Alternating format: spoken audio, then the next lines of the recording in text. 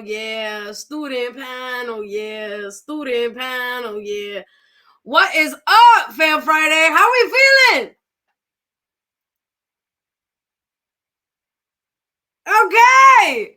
I love this. I love it. We're feeling good. The DoorDash has arrived. We're ready for the day. Y'all, we only have a few more sessions left of today. Now, you are actually in a treat. Naisha, who is the ColorStack team member, is not able to join us today. So I will be moderating today's ColorStack student panel, absolutely. And we have some amazing people. Today, we want to go ahead and feature remarkable Black and Latina women majoring in computer science who are trailblazing through the tech industry despite being underrepresented minorities. Today, we delve into their experience as double minorities. Oh my. Exploring the unique challenges they face in academia and the workplace and how they stay motivated to pursue their degrees, internships amidst adversity. Honestly. I want to absolutely give it up for Omanego Uyoki. They are an international student from Nigeria getting her master's degree in information systems at the University of Maryland College Park. She holds a BBA in college computer information systems from the University of North Alabama. Some of her hobbies include cooking and baking and watching TV and trying out new restaurants. When she's not coding, she has a recipe vault full of dishes that she loves trying to make. Absolutely. Thank you so much. We also have Daisha Griffiths, and they are a senior computer science major from Westchester. Absolutely, pursuing a minor in music at Cornell University. She has a deep passion for gaming, music, and baking. She's using her final semester to mentor, play music, and possibly attempt making donuts this week. Critical stuff, Daisha. She will be returning to Microsoft as a software engineer after she graduates. All right, y'all. With that being said, I want so much love in the chat. Let me see it. So much love in the emojis. All these two, it's intimate right now. Right, we're gonna get to talking. So I want to go ahead and ask the first question, which we will also have maybe a little bit of time at the end for some questions from the audience. But for right now, we're gonna go with some questions here. Let us know what you're thinking in the chat and with the emojis. So either of you can start, like just bounce it off each other. This is all about you. Take your time. Let's have fun. Let's support each other. It's Friday. You're here with Michelle Adana. Oh my God. Okay, so could you share some of your personal experiences as a Black and or Latina woman majoring in computer science? And how has your identity intersected with your experiences in the tech industry and academia?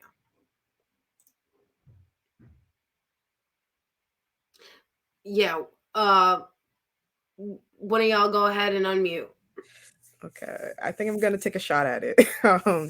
So what I would say is that I think just even starting when you very first time you go into a lecture hall, you just see everybody there. It's very, very intimidating. And you look around and it just nobody really looks at you. It feels kind of isolating. But I would kind of say that in that sense, I'm a little bit grateful for the pandemic because when it was starting, I didn't have a lecture hall. It was just my computer and I was just alone in my room. I feel like I could just really focus on myself and just what I'm doing and if I even like what I'm doing to begin with. I didn't really feel that pressure that oh, everybody, I can see everybody doing better than me. It's just I'm just here and there's these numbers on the screen. I don't know what they mean, but I just want to pass. I don't even know what I'm doing. Yeah. So I feel in that sense, it was kind of a benefit of the pandemic because I could just it was just me centered experience. And then plus I had organizations on campus having events already trying to encourage me to pursue this path and giving me advice and everything. When I actually did get on campus and I was faced with the big lecture hall, I was kind of just I just need to do my thing and just get out of here and just do the things that I need to do. So just yeah, that's one benefit there. And so when I do come in across people who are kind of I don't know, a little bit weird to me or just anything like that, I already I feel I have somewhat of a foundation to kind of like go off of. Like I feel like freshman year, already going in, like I don't know anybody. I see people like getting together, and it's just like I'm like out of everything. And I was just like, okay, I'm like already have like a base, and now like let's see where we can jump off to. You know, we can only go up in a sense. So Period. yeah, like, and as far as like how my identity has like kind of intersected with like me being in tech and just academia in general, um I feel like having like spent my whole life in like majority black spaces growing up in the Bronx and doing stuff like that, the ways I would like just naturally represent myself, I kind of feel like are a bit at odds with how like I want myself represented in like these newer spaces. And I feel like me personally, I'm still trying to find like a good balance of like bringing myself to work but also being at work. Sometimes I feel like I'm a little bit too comfortable, and it's just like, I don't know, I just like I struggle to find that balance. But I'm also know that I'm very like early in my career too, so it's just like Yeah. not too much pressure. Yeah, thank you so much for sharing, Daisha. I was like, oh my god, I wonder what big lecture halls you're talking. You went to Cornell. I went to Cornell too. Hey, but I can't imagine after the pandemic, y'all. I know most of you in here, the pandemic kids. I graduated that year, and I was like so sick. I was so mad that I they made me do homework. Like I had a whole different, I think, experience with it, right? Because my graduation was canceled. But when they canceled it for me, or sorry, not when they canceled it, but when they went virtual, I had a moment of like, I can't feel my community and I feel so alone. So it's so interesting that you had kind of the opposite where you're like, I can't even see the competition. I do not see no competitor. Okay, I love that. Um, and that now you are kind of so grounded that you're like, if you're being weird, you're just weird, dog. Like I'm here for the vibes, and I absolutely love that. And I love that you're bringing your authentic self to work as well. And also just like always, yeah, it's such a tricky balance, right? Because you're like, I want to make sure I can hang because hanging out and culture at the workplace has so much to do with how you vibe with your team. But then you also want to make sure like they don't see you like a don't play with me. Like I get this done. You know what I'm saying? So thank you so much for sharing that, Daisha. Do you want to go ahead? I'm in Nego. Yeah, I definitely wanted to talk a lot about my experience.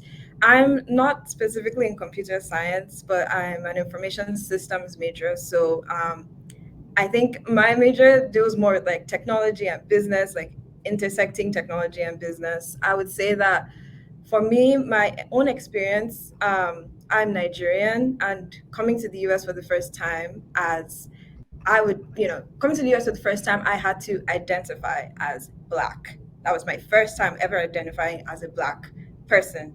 So it was a completely different experience for me. I would say that I did my undergrad in Alabama, and that is, I would What? say, not the most diverse of places. So shout out to anyone here that's that's studying Alabama. I hope you guys are grinding. I hope you guys are I hope you guys are doing good. Um, I think that it was hard, definitely adjusting as a black person and a woman in that environment. Like when I entered my first class, and like I'm not gonna lie, everyone was white. Everyone was white, and I didn't feel too bad about it. I was just like, I'm just gonna take my seat, and like I paid to be here. My parents sent me here for a reason. I feel like I know that I'm going to do fine and I'm just going to thrive. I feel like being in that class setting actually just, yeah, being in that class setting definitely made me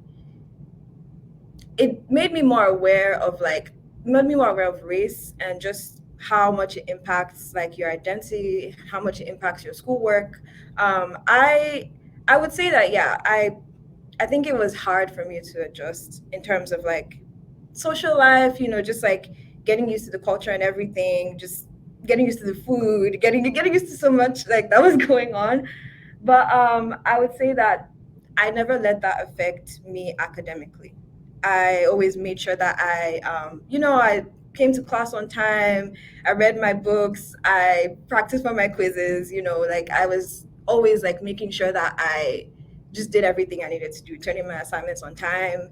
And I feel like that's something that I've integrated into my work ethic, and that's just something that's helped me Yeah. in life, as I was saying I before. hope you're seeing all the love in the emojis because we all were like, I have never been to Alabama, and I hold so much privilege just being like a white passing Latina, but like I cannot imagine what's going on in Alabama. Plus, you just getting here and being like, "What is the vibes?" And everyone's like, "Well, what are you know?" And I completely understand that culture shock because when I also went to Cornell, I transferred there, and I remember I had these white friends say, "Oh my god, like what are we doing for spring break? Like should we go to Cancun?" And I was like, "You going where for what? For a week?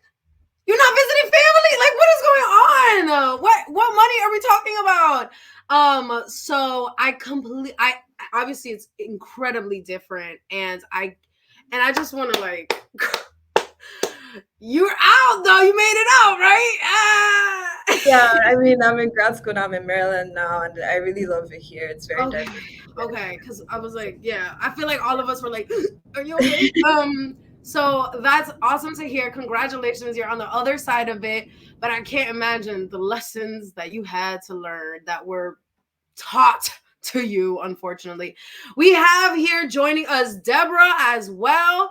Deborah, I'm gonna introduce you real quick. Deborah is a sophomore student at Princeton University, hailing from Kenya, currently pursuing a degree in computer architecture. She harbors a deep passion for software engineering and cloud computing. As an international student, Deborah thrives on engaging with diverse perspectives and cultures, fostering meaningful connections through her love for chatting with people. Now, Deborah, I'm going to put you on the spot because we just went through we just went to Alabama and then we were like learning at the pandemic. So what would you say is could you share a little bit more about your personal experiences as a Black and or Latina woman majoring in computer science, and how has your identity intersected with your experiences in the tech industry and academia? Okay. Hi. I'll answer the first question first, then you'll ask the second part of the question. Uh, so I came here, as you've said, as you've said in the intro, as an international student. Um, One thing I didn't realize is I was experiencing culture shock without knowing. Things were different, classes were different, and uh, when you go to class, you realize that you're only three, maybe Africans in a class, and most of all of you are new to the school, so you also have to adapt to interacting amongst yourselves, and then interacting with the rest of the interacting with the rest of the class. I'll see. So it's been a roller coaster for me because I got challenged first of all to develop a growth mindset. That's what I did not know coming here. You need to understand that classes here are not as easy as high school. I needed to understand that I need to unlearn my old ways of studying and get the new ways of studying here, doing 5 classes that need equal attention. One advantage of being in high school was you have 3 hard classes and the entire classes are just, a walk in the park. But here you had to have to balance your concentration. Another thing that I also had to learn is to make use of my professors. Those were the only people that wouldn't react in a weird way whenever I would talk or respond. Because most of the time, your accent won't be gotten by everyone. I mean, yeah, that happened to me. And also, I was trying to understand why people weren't listening or hearing what I'm saying, yet I feel like I'm articulating myself well. So that was also another challenge. But I had to also learn to make use of my professors. And another thing I had to learn was also engaging with people I did not know. You just have to talk to someone just to extend the boundaries. Yeah, that's the first part of the question. I think you asked the question. Yeah, and then the second part is how has your identity intersected with your experience? You kind of answered it a little bit, but you can go Yeah. off on it. Yeah. how has my identity? I feel like it's motivated me more. Um, I'm like, if I win here, I'm going to inspire more Black people, more Africans to come to Princeton and make sure they stand out and do computer science. I feel like that's my biggest motivation, trying to see that people are breaking barriers from whatever angle they can use. Yeah. Yeah. And another thing also, getting to talk to other people will also make you realize that you might not be alone in this. You could motivate someone else to do computer science or show them that it's really not as hard. It just needs you to understand that you could work with people. Yeah. Yeah. And thank you so much, Deborah. No, it's I'm like my jaw is dropped because I'm just like, yeah. I mean, first of all, your professors are there to teach and to like you that make them work. Absolutely, come here office hours. Absolutely, make them work. Um, but to think that maybe like even the TAs maybe weren't super supportive of you, or maybe other classmates, like that's super frustrating. And then overall, there's like a theme of like where people kind of moving weird, regardless, just of maybe how you're just you're just vibing, you're just living your life, and we were like, well, um and that just makes me think about how community is so important, right? So when I was at Cornell, I was taking business classes doing this stuff, right? You guys are doing way harder than I am. I know. But when I was there, I was struggling so much. I was so confused. I was like, who do I ask? When I started talking to other students of color, to realize that we're all struggling in silence. And like, what is the point of doing that? We're all hurting. Like, so then we had to come together. We literally created a coalition and we're like, okay, so we're going to advocate for what we need. And there is honestly so much power in numbers. And that's why I think ColorStack is so amazing, because not only can you connect through ColorStack, right? But you can also connect with people that go to your college or are at a college that you're headed to, or the state you're headed to, because it's all about community, y'all. Community is always going to have your back. After a hard day, after that horrible test, you can go hang out with community, and there's such a balance that I had to learn in college, and hopefully y'all are like learning it and finding your people on the way there, because it really, you need your people, you need the village. Yes, someone said it there. All right, so this is juicy. I'm like, I feel like Oprah right now. You know what I'm saying? I'm like, so we're gonna do a few more questions. We're gonna run through them because all of us are saying some juicy stuff. So let's get into our next question. Have you encountered any instances of bias or discrimination based on your gender and ethnicity? And how did you navigate these situations? And anyone can go first. Not at the same time. Let's calm down. Let's calm down. Um, does I anyone can have go like? first. Oh yeah, go ahead, I Deborah. can go first. Uh, I might have encountered bias in a different way. I won't say discrimination as such, or maybe it's discrimination. You'll make the conclusion. Um, but I had a situation back in my freshman year. I am a sophomore, guys. If I talk, you'll think I'm a senior who's graduating this semester. Lol.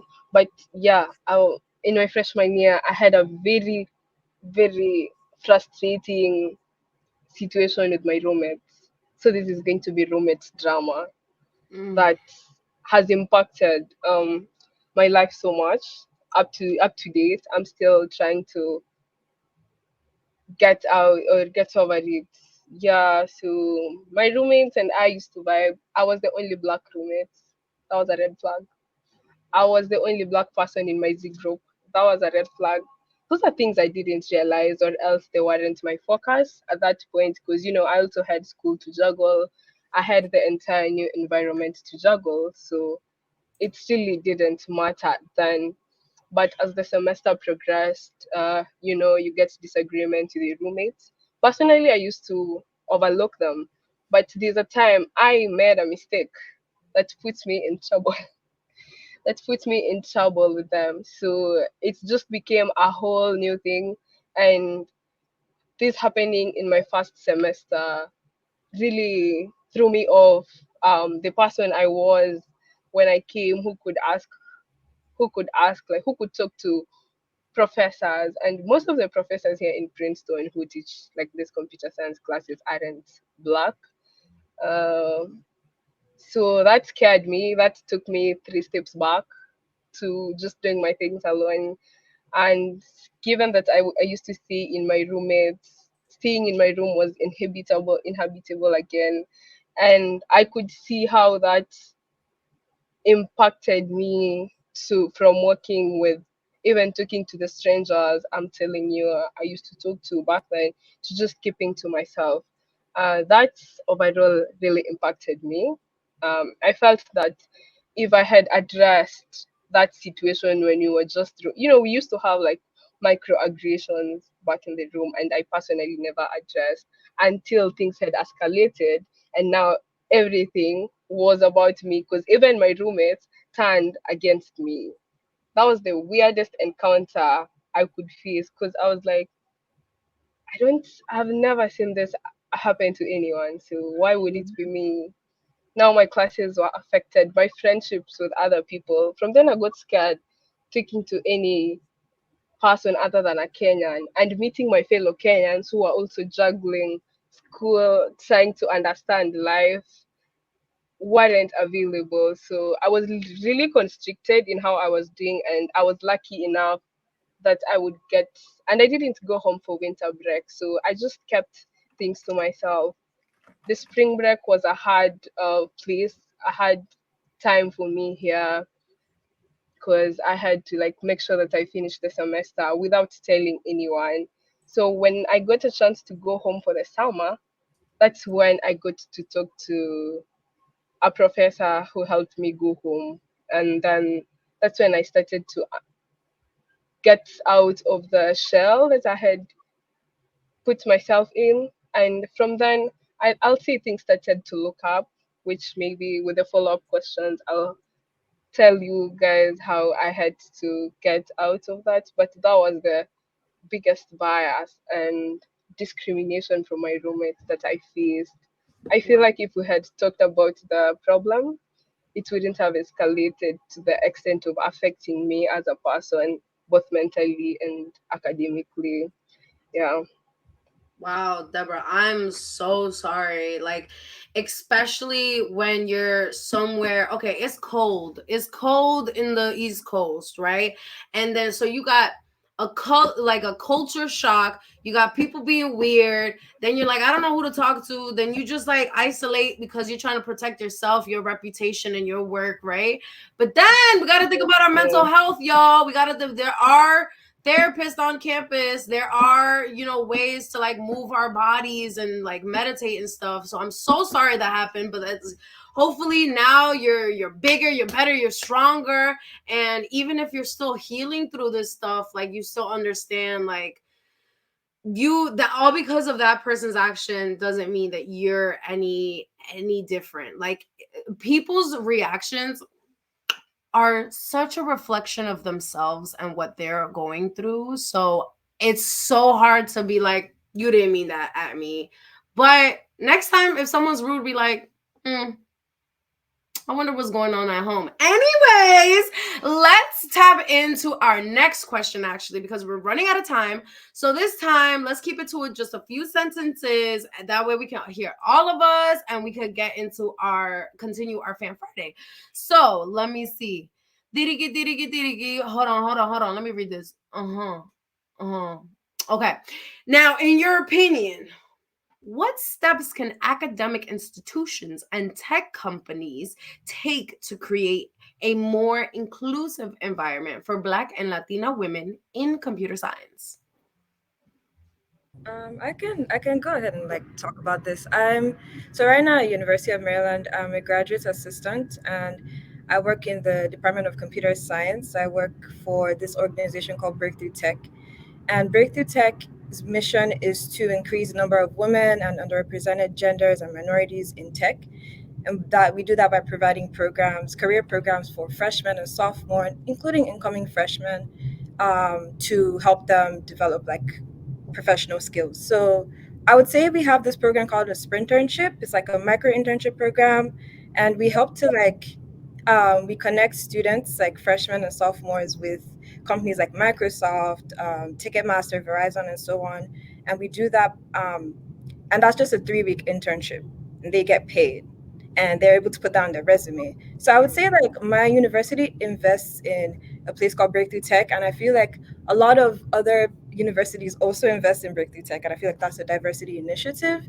I think a lot of universities need to research on diversity initiatives and programs to integrate into their curriculum, their culture, and I feel like that's cultivating young talent as they come in, freshmen and sophomores. I think that institutions on their side need to do that research, and then I think that companies on their end they need to actually look for institutions who are already participating in these diversity initiatives and also collaborate with them. Period. Deja?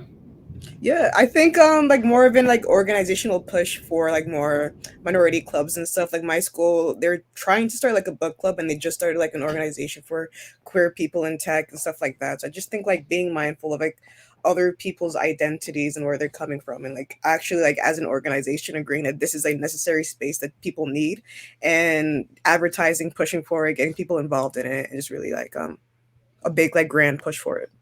Yes. Deborah? I think if I was to go back, if I was to tell them, I'll see, just have a space for the Black and Africans together, especially the living space. Let's have a dormitory where there's only one minority group among a million others. That's so unreasonable because you don't have experiences that you can relate to. So I'll say they should have Black living spaces, not where they'll have to move 1,000 miles to meet with the entire Black community, but just within the places they live in. Yeah. Yeah. Thank y'all so much for sharing. And like something I just wanted to put, because when I was in college, again, I hold a lot of privilege as well. Being born here and also being a white passing Latina. But when I went to college and I was struggling and I couldn't figure out how do y'all accept me into this prestigious program and then don't support me at all? Like all these kids have legacy families. They have fraternities and sororities that they've been passing down the test guides forever. So how am I? So you know what I did? I started a coalition, and that's something I want to say to y'all too. If you don't see what you want out there, you could do it yourself. Pick up a pen and paper, make a list of things y'all need, get a group together, and petition to the dean.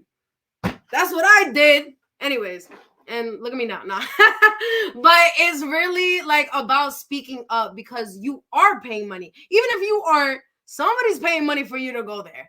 And you deserve the same amount of respect and education and support that all these other fellows are getting. So with that being said, thank y'all so much for sharing. Y'all give it up to the ColorStack student panel one more time. Let me see the emojis. Let me hear the roar in the chat, please. Yeah, y'all hear that? All right. So with that being said, thank you so much, so much.